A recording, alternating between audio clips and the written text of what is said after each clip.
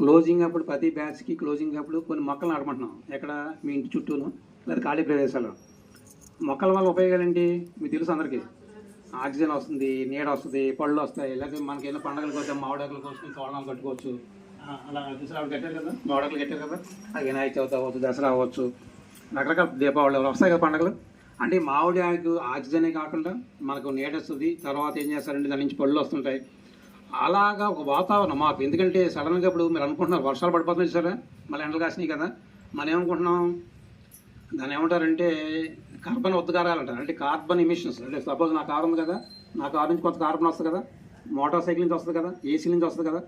అవన్నీ ఏం చేస్తారంటే ఒక 20 సంవత్సరాల క్రితం ఇంత లేవు. ఉన్నాయి, కార్లు ఉన్నాయి, ఏసీలు ఉన్నాయి, ఫ్రిడ్జ్లు ఉన్నాయి.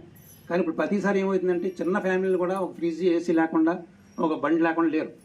అంత పూర్వకాలం సైకిల్ మీద వెళ్ళేవారు లేదా నడిచి వెళ్ళేవారు. అంటే మనం ఏం చేస్తున్నామంటే పెట్రోల్ని మాకు చిన్నప్పుడు హై స్కూల్లో ఒక మాస్టర్ చెప్పేవారు, ఆయన పేరు ఎంఎస్ఎన్. అంటే నాకు టీచర్లు ఫస్ట్ క్లాస్ నుంచి చెప్పిన టీచర్ల పేర్లు గుర్తున్నాయి ఇంకా.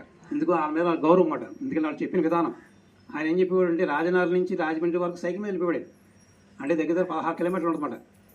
ఆయన పేరు సత్యనారాయణ, ఎంఎస్ఎన్ అనేవారు అనమాట.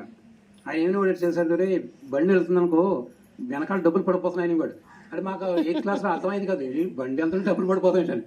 ఒకసారి అడిగాం 8 మాస్టర్ డబ్బులు పడిపోతాడు అని. మరి పెట్రోల్ మరి కొట్టించాలి కదా. అంటే మనం కిలోమీటర్లు ఏమంటే ₹2 ఖర్చు అయిపోయింది మాట, రోడ్డు మీద పడిపోతున్నట్టే.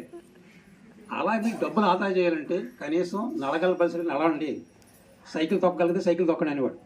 అంటే తప్ప మాకు డబ్బులు ఉన్నాయి కదా అని మీరు కారు వేసుకెళ్ళటం, బండి వేసుకెళ్ళటం కాకుండా.